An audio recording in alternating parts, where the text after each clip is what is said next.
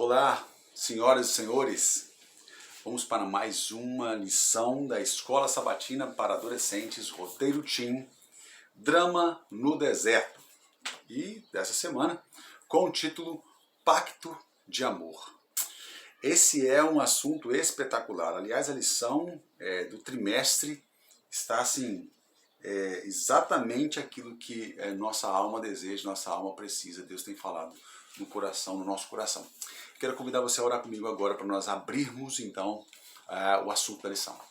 Bondoso Deus e Pai, nós queremos agradecer ao Senhor pelas muitas e poderosas bênçãos que o Senhor tem derramado sobre nossas vidas. E também agradecer aquelas que o Senhor ainda vai derramar. Pedir perdão por aquilo que temos falhado, dificuldade que temos às vezes de compreender e aceitar mesmo os seus projetos para nós, os seus planos para nós. Que as suas leis estejam de fato plantadas no nosso coração, no nosso entendimento, para que façamos cumprir a tua vontade, o teu querer em nossas vidas. Oramos assim, agradecidos no doce e santo nome de Jesus. Amém. Se eu pudesse ligar aqui um acelerador para passar todo o assunto, seria excelente, porque assim, a lição está espetacular. O texto do livro Os Escolhidos, o capítulo 27 do livro Os Escolhidos, está muito bom mesmo. Então, se eu pudesse ler todo o capítulo aqui para vocês, seria muito bom. Mas eu não consigo fazer isso. O tempo conspira contra a gente prometeu aí não passar muito do prazo de 30 minutos no vídeo. Então, vamos cumprir com isso, ok? Vamos lá, então. O texto, para memorizar, o verso principal da lição, diz assim: lá de cima o Senhor chamou a Moisés e... Lá de cima, o Senhor o chamou e disse: transmita essa mensagem à família de Jacó. Anuncie aos descendentes de Israel. Vocês viram o que fiz aos egípcios. Sabem como carreguei vocês sobre asas de águia e os trouxe para mim. Agora, se me obedecerem e cumprirem minha aliança, serão meu tesouro especial dentre todos os povos da terra. Isso está em Êxodo 19, versículos 3 a 5. E eu coloquei aqui embaixo uma anotação. Diz assim, promessa condicional. Por quê? Porque quando Deus fala assim, se me obedecerem, Deus está condicionando a outra parte do texto a justamente a minha obediência às suas leis. Mas por quê? Deus está barganhando? Deus está negociando? De forma alguma. Deus está dizendo o seguinte: eu não sou obrigado a cobrir vocês de bênçãos, que vocês não serão responsáveis ou serão responsáveis por não obedecerem, por não cumprirem, por não guardarem essas normas, essas regras, essas leis. E se eu der para vocês bênçãos acima daquilo que vocês serão ou devem suportar ou administrar, certamente vocês as desperdiçarão. E Deus não é de jogar nada fora e não fará isso. Então Deus fala assim, olha, se vocês me obedecerem e cumprirem a minha aliança, serão meu tesouro especial dentre todos os povos da terra. Você já imaginou o que é isso? Ouvirem do próprio Deus essa condicionante, olha, se vocês fizerem isso e isso, eu prometo, tá? Eu vou resolver todos os problemas da vida de vocês. Mas, prestem atenção, é preciso que vocês me obedeçam. Se vocês fizerem o que eu estou dizendo para vocês fazerem, com certeza nós vamos ter um excelente acordo. E é isso que nós vamos falar aqui.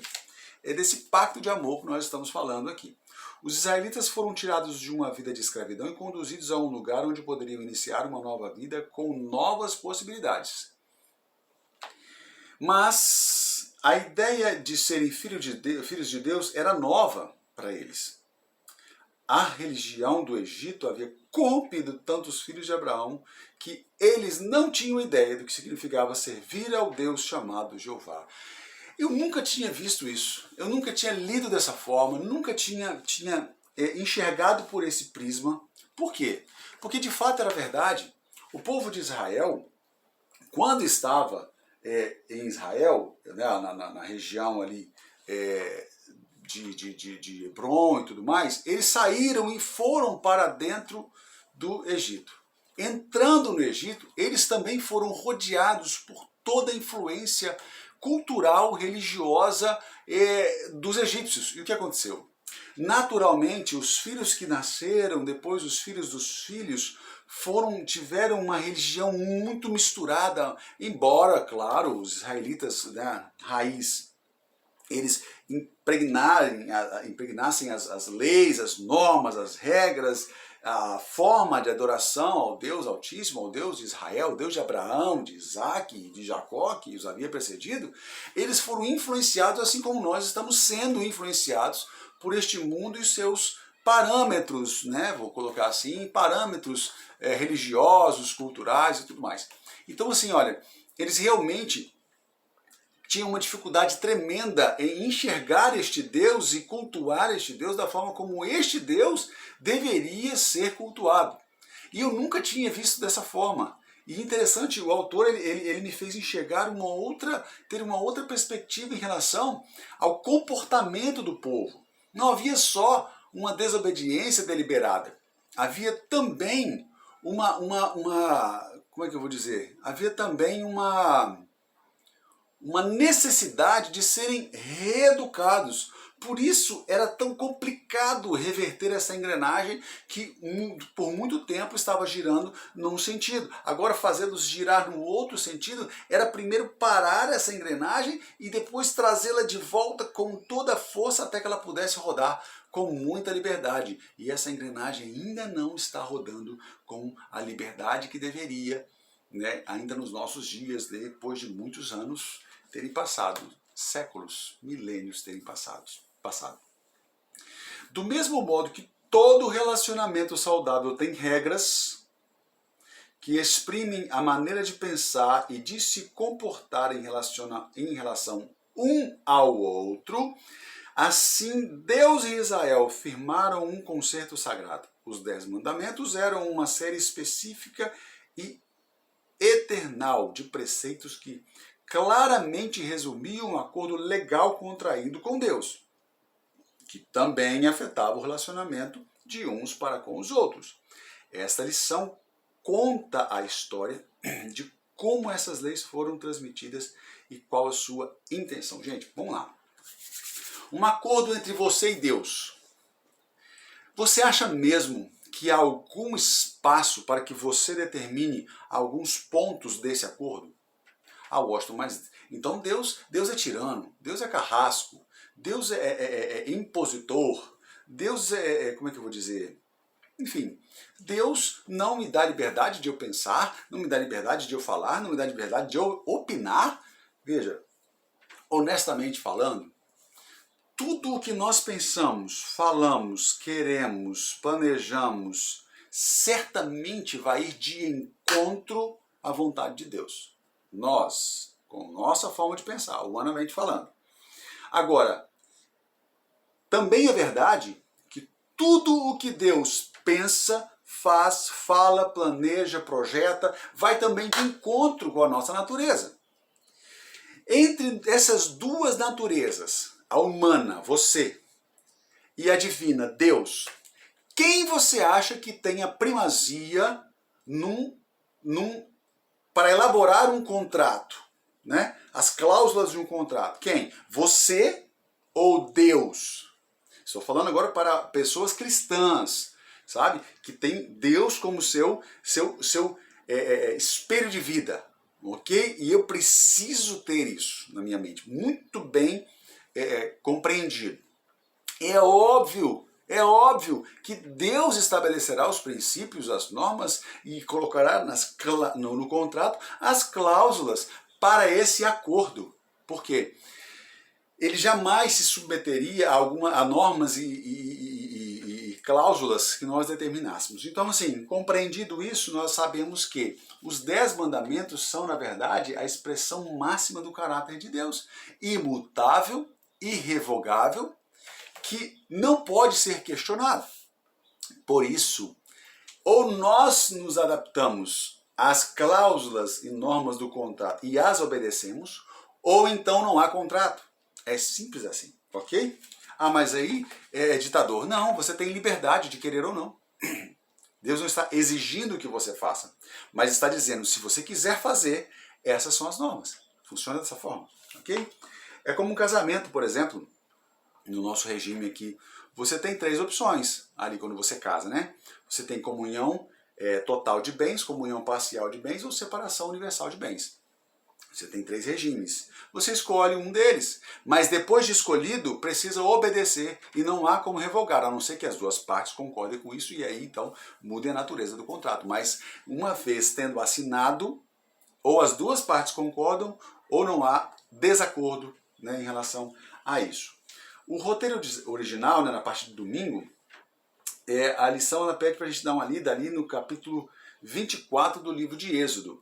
Esse capítulo, eu não vou lê-lo aqui, mas ele narra justamente essa situação. Deus chama Moisés e fala assim, Moisés, eu preciso que você, eu só vou dar uma olhadinha aqui para não pecar naquilo que eu tenho que falar.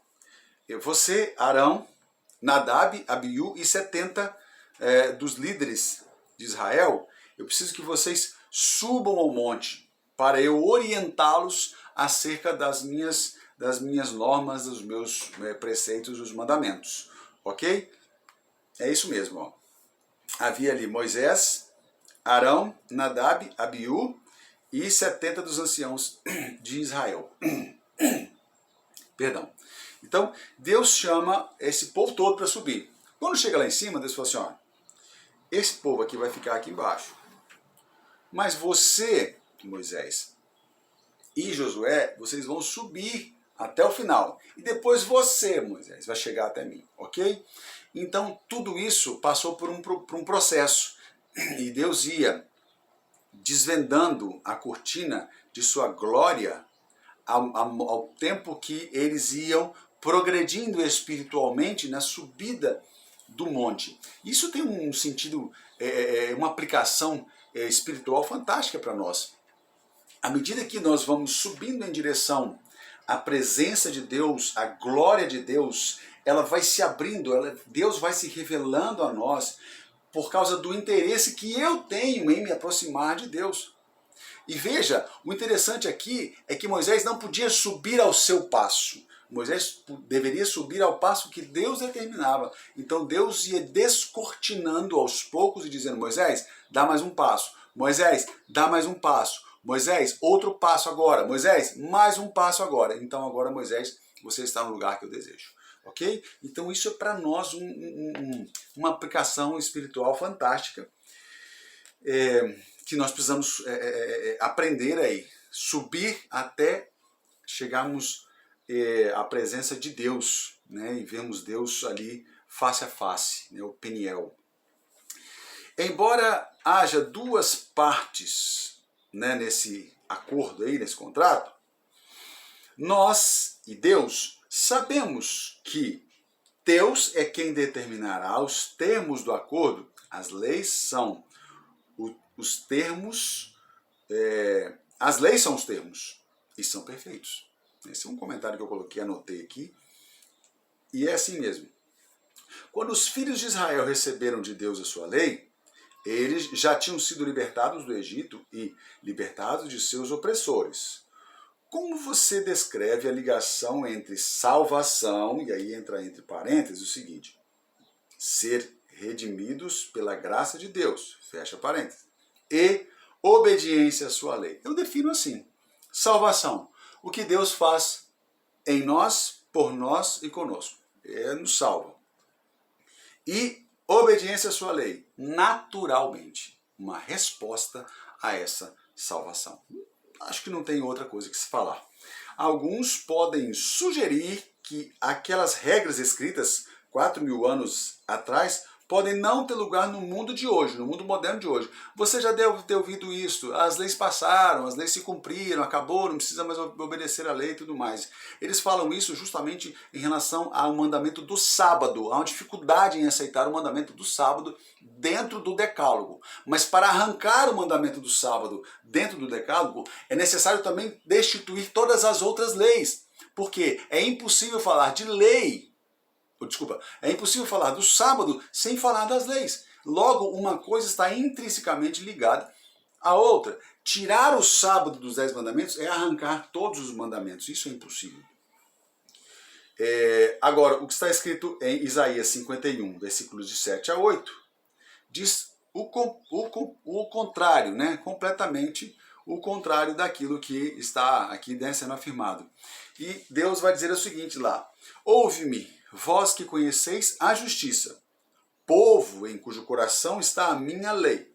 Não tenham medo da vergonha dos homens, nem se perturbem pelas suas injúrias, ou seja, as pessoas vão injuriar você. Não se preocupe com isso e não tenha medo de passar, entre aspas, vergonha diante dos homens, né? Você não vai passar vergonha, na verdade, é que as pessoas vão tentar envergonhar você, porque a traça os roerá como roupa e o bicho os comerá como lã, mas a minha justiça durará para sempre e a minha salvação de geração em geração. Amém? Essa é a promessa de Deus para você. As leis de Deus são a expressão de seu caráter, portanto, não podem mudar. Essa é uma anotação minha aqui de rodapé. Ok? A parte de segunda-feira, né, vai trazendo o zoom ali. E eu separei aqui no finalzinho um texto. Um acordo, no entanto, precisava ser firmado. A parte de Deus estava clara, ele mostrou na prática o que estava disposto a fazer. A parte do povo de Israel, qual era? Obedecer a Deus. Esse era o único caminho, é aquilo que eu falei para vocês, não tem o que mais fazer, é obedecer. Porque as leis de Deus, as normas de Deus são muito claras e eles só simplesmente pedem obediência. Faz o que eu estou mandando, que vai dar certo. E exatamente isso. O mesmo convite é feito para mim e para você hoje, né? Lá no livro de Hebreus, capítulo 10, versículo 16, diz assim: essa é a aliança que farei com eles, depois daqueles dias, diz o Senhor. Porém as minhas leis em seu coração e as escreverei em seu entendimento. Isso é um texto fantástico, né? O making of, ele traz na parte de terça-feira, ele traz ali aqueles posts, né? Gente, honestamente, eu sublinhei os 3. Eu não sei se vou conseguir fazer todos os 3, mas eu prometo que eu vou tentar correr o máximo aqui. Olhei o tempo agora ali, a gente está no momento bom, então. Vamos lá, então. O primeiro post diz o seguinte, olha: a lei divina, reflexo do caráter de Deus, não pode ser alterada, não pode ser mudada, assim como não mudam as leis que governam o mundo, as leis físicas, né? A lei é comparada a um espelho. E aí, gente, é aquele texto lá de Tiago 1, 23 a 25, que diz assim, olha: aquele que ouve a palavra, mas não a põe em prática, é semelhante a um homem que olha sua face no espelho e depois de olhar para si mesmo, sai e logo se esquece de sua aparência. Mas o homem que observa atentamente a lei perfeita que traz a liberdade e persevera na prática dessa lei, não esquecendo o que ouviu, mas praticando-o, será feliz naquilo que fizer. Em outras palavras, se você pegar as leis, os 10 mandamentos ali e usarem como parâmetro, regra de vida, norma de vida para você, fatalmente você chegará à perfeição da vontade de Deus. Não será perfeito, mas chegará à perfeição da vontade de Deus, ou seja, um fiel cumpridor da vontade de Deus. E olha, como consequência disso, naturalmente você terá êxito. Mas não um êxito para que você se glorie, mas um êxito para que Deus possa usá-lo como conduto de bênção para outros. Estou falando não só financeiramente, porque muitas vezes a gente fala em prosperidade, bênção, enfim, de ser melhor, de ser maior e tudo mais. Então as pessoas pensam logo na questão financeira, mas não necessariamente, nem sempre, aliás, muito menos do que sempre, quase nunca. Dinheiro tem a ver com felicidade ou prosperidade. Pode até ter a ver como êxito financeiro aí, alguma coisa nesse sentido, rico e tudo mais. Mas, gente, a maior parte dessas pessoas que alcançam muito dinheiro, muita riqueza, não são felizes, a menos que o seu coração não esteja atrelado, ou agarrado ou preso a essas riquezas materiais. Os 10 mandamentos foram inicialmente pronunciados pelo próprio Deus ao povo. Uma reunião havia sido convocada junto no Monte Sinai, da qual os israelitas participaram. Mas eles ficaram tão impressionados e assustados com o poder divino, que preferiram ficar à distância enquanto Moisés falava com Deus. Só um detalhe aqui, até Moisés disse, olha, estou com medo e apavorado. Então não era uma coisa tão simples assim. A Bíblia fala, né, e o Espírito de Profecia fala no livro dos Escolhidos ali, no capítulo 27, fala que o monte tremia, fumegava, relampejava, né, alguma coisa assim. Então, assim, era uma coisa assustadora. Mas Deus então não estava querendo assustar as pessoas e tudo mais? Não. Isso era para que temessem e tremessem diante de Deus, para que ficassem impressionados de fato com o poder de Deus e assim não desejassem o pecado. Isso não são palavras minhas, tá bom? Mas eles ficaram impressionados, né? A Bíblia diz que Moisés então se aproximou da nuvem escura em que Deus se encontrava, lá em Êxodo 20, 21. E ali recebeu as orientações para o que se tornaria o livro da aliança. Bom, depois eu vou ler um texto que eu separei aqui de Números no capítulo 12. O outro e último comentário diz assim, o comentário bíblico adventista, o postzinho, né, no volume 1, a página 653, diz o seguinte a respeito dessa experiência de Moisés. Em contraste com o medo dos israelitas, que os afastava de Deus, o servo do Senhor, Moisés, com a ousadia da fé e da consagração, foi atraído a ele. Onde Deus estivesse, ele ali estaria também. Essa é uma prova do verdadeiro relacionamento de amizade que existia entre Moisés e Deus, ou entre Deus e Moisés. Gente, isso é fantástico, é espetacular, você não tem medo de um amigo. Moisés só não temeu subir o monte e encontrar-se com Deus porque havia um relacionamento tão íntimo de amizade. Se vocês pudessem ver aqui, eu estou arrepiado só de falar isso. Que Moisés desejava, na verdade, subir o monte, desejava encontrar-se com Deus, desejava ver a Deus. O desejo de Moisés não era a terra prometida, Moisés não queria riquezas, bens, nada disso. Moisés queria muito ver a face deste amigo dele, tanto é que pediu isso a Deus. Agora, olha que legal que eu separei aqui do livro de Números. A lição não está trazendo esse texto. É que esse texto me veio à mente na hora e aí eu resolvi anotá-lo aqui. Ó. Está lá em Números 12, versículos de 6 a 8. Veja o que eles são. Veja o que a Bíblia diz sobre Moisés. Ouçam as minhas palavras. Quando entre vocês há um profeta do Senhor, a ele me revelo em visões, em sonhos, falo com ele. Não é assim, porém, com o meu servo Moisés, que é fiel em toda a minha casa. Como é que é? Então, se tem um profeta entre vocês, eu me revelo a ele em visões e em sonhos. Mas não é assim com Moisés. Moisés é um pouquinho diferente. Como é com Moisés, então? Com ele falo face a face. Claramente, e não por enigmas. Ele vê a forma do Senhor. Gente, isso aqui é espetacular. Espetacular. Com todo mundo eu falo em sonhos e visões, mas com Moisés é diferente.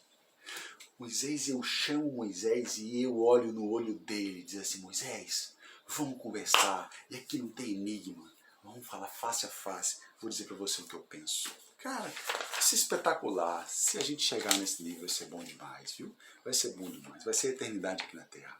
Deixa eu só ver aqui a hora aqui. Beleza, vamos lá. Extras. Então aqui nós temos 3 textos bíblicos, Isaías, Salmos e Mateus. O texto de Isaías nós acabamos de ler agora, né? Que é justamente o 6 e o 8. Ouve-me, vós que conheceis a justiça, povo em cujo coração está a minha lei. Não tenham medo do opróbrio dos homens, nem vos turbeis, né, nem se preocupem pelas suas injúrias. Porque a traça os roerá como roupa e o bicho os consumirá ou comerá como a lã. Mas a minha justiça durará para sempre e a minha salvação de geração em geração. Esse é o texto de Isaías. Eu já adianto que foi esse texto que eu separei como um texto, para mim, entre eles aqui, eu separei este texto aqui. Mas o livro de Salmos, no capítulo 105, versículos 42 e 45, também traz um texto muito legal aqui, tá? 105, 42 a 45. Um segundo, já estou chegando, já estou chegando, já estou chegando, já estou chegando, agora eu cheguei. Vamos lá. Diz assim, ó. Porque se lembrou de sua santa palavra e de Abraão, o seu servo, e tirou dali o seu povo com alegria, e os seus escolhidos com regozijo, e deu-lhes as terras dos gentios, e herdaram o trabalho dos povos, para que guardassem os seus preceitos e observassem as suas leis. Louvai ao Senhor. Esse é um texto muito legal. Fala que ele, Deus, os ouviu, os atendeu e os abençoou para que guardassem as suas leis e seus preceitos e observassem as suas leis e seus preceitos, ok? E o outro texto, Mateus 22, 36 a 40, ele diz assim, mestre, qual é o grande mandamento? Então a gente conhece muito esse texto aí, as pessoas falam até que Deus aboliu os 10 mandamentos e resumiu em 2. Na verdade, quem resumiu em 2 foi o próprio Jesus, mas é um resumo, tá? É como é que a gente fala? É um resumo, tem outro nome que eu queria lembrar, uma resenha, mas não é a lei. Na verdade, o princípio aplicado nas leis dos 10 mandamentos são esses dois. Amarás ao Senhor, teu Deus, de todo o teu coração, de toda a tua alma, de todo o teu pensamento. Este é o primeiro e grande mandamento. E o segundo, semelhante a esse, é amarás o teu próximo como a ti mesmo. Aí sim, destes 2 mandamentos depende toda a lei e os profetas. E aqui ele está falando da lei dos profetas, ele fala justamente das leis dos 10 mandamentos, o Pentateuco ali e todos os profetas do Antigo Testamento. Então, há um princípio básico para que se observe todas as normas de Deus. Qual é? Os 10 mandamentos. Ok? Vamos lá? O livro Os Escolhidos, no capítulo 27, ele vai contar fazer um importante comentário sobre a lei de Deus, o propósito que ele tinha para seu povo servir de bênção ao mundo. Gente, deixa eu só falar uma coisa aqui para você. A gente eu falo a gente, porque eu sei que tem muito adventista que está assistindo, né, os meus vídeos aí e tal, e eu acho legal, louvo a Deus por isso. E eu nunca pedi isso, mas se você quiser, deixe seu like, tá bom? Se inscreva no canal, divulgue isso. Se você está achando legal, se você está achando proveitoso, divulgue isso, deixe que as pessoas vejam também, faça essa propaganda. Não tem, já vou reiterar novamente aqui, não tem interesse nenhum em ser monetizado pelo canal. Se isso um dia acontecer, todo o dinheiro será revertido para ajudar os adolescentes, os jovens da minha igreja, da nossa igreja. Então, assim, isso é legal para a gente divulgar, mas veja bem, nós temos aí, quem sabe, 2 públicos, né? Um público adventista que está assistindo e também temos um público não adventista. Mas eu quero dizer para todo mundo o seguinte, você que é adventista do 7º dia, se alguém um dia te disse que a igreja adventista do 7º dia é a única igreja que será salva, ele está mentindo para você. Isso é uma mentira, não existe isso. A irmã White nunca disse isso, a Bíblia não está dizendo isso, a igreja não tem essa posição. Oficialmente isso nunca foi uma fala da igreja, ok? Alguns membros, tá, bem fanáticos, bem extremistas, bem bitolados, acabam dizendo uma vez ou outra que só quem for adventista será salvo, só quem estiver guardando o sábado será salvo. Preste atenção. Muitas pessoas serão salvas pela ignorância. A irmã White diz assim, serão sinceros, salvos, porque tendo a luz que tiveram, não tendo toda a luz que deveriam ter, mas tendo a luz que tiveram, ou seja, conhecendo aquilo que conhecem, tendo acesso àquilo que conhecem e não a toda a verdade, são fiéis e honestos, são muito mais fiéis e honestos do que muito adventista por aí. Desculpem, talvez isso vai gerar um certo desconforto em alguns, mas é uma grande verdade. Agora, preste atenção. Uma vez, tendo ouvido toda a verdade e não a abraçando, então, infelizmente, não haverá como ser salvo. Isso é fato, não sou eu que estou dizendo. Se eu pego toda a Bíblia, vou ler a Bíblia e começo a fatiar pedaços dela, essa página não presta, tiro ela e coloco aqui. Não, isso aqui já passou, isso aqui também já era, ó. Vou colocar de lado, isso aqui também. Irmãos, me perdoe, você não está lendo a Bíblia, você está construindo uma Bíblia para você, o que é conveniente. Mas não é o que Deus deseja de você. Então eu quero afirmar para você uma coisa. Conhecer os 10 mandamentos, obedecê-lo e fazer deles regra de fé para a sua vida não é uma opção. Não é uma opção. É imperativo para a salvação. Aqueles que viveram uma vida casta e viveram uma vida dedicada a Deus com a luz que conheceram, serão julgados pela luz que conheceram. Mas aqueles entre nós que estão ouvindo, por exemplo, você que está assistindo esse áudio, está assistindo esse vídeo, perdão, que agora sabe que ali em Êxodo 20, versículos de 1 até o 32, o capítulo todo ali, pode ser o capítulo todo, as leis estão ali. Se você disser assim, eu não quero essas leis para mim, essas leis estão ultrapassadas, e se o pastor disser, se o padre disser, se o reverendo disser, se alguém disser, e você ouvi-lo ao invés de ouvir o que Deus está dizendo para você, eu quero afirmar aqui, sem sombra de dúvida, sem medo de errar, o julgamento para você não será diferente daqueles que serão condenados. Infelizmente. Você está julgando as pessoas? Não, não estou julgando ninguém. Estou dizendo o seguinte, que as leis de Deus, os 10 mandamentos, são completos e uma expressão perfeita de seu caráter. Não há nada neles que possa ser removido. Jesus veio cumprir a palavra... desculpa, não vou entrar nesse texto, deixa eu ver aqui, já estamos até esgotados no tempo, mas eu não vou entrar nesse pormenor. Talvez, se lá no comentário vocês pedirem, a gente faça algum vídeo específico em relação a isso. Mas a palavra que aparece ali, não vim abrogar, mas cumprir, a palavra ali é plerô. Eu não sou conhecedor do grego, não sou esmero conhecedor do grego, mas eu tenho curiosidade e às vezes eu pesquiso uma coisa ou outra e aí vou buscar a fundo. A palavra plerô significa completá-lo, ou aquele que efetiva ou efetua um trabalho por completo, não aquele que finaliza e por isso acaba. Imagine, você acaba de construir um prédio, olha para ele e diz assim, está feito, agora eu vou demoli-lo. Não existe isso.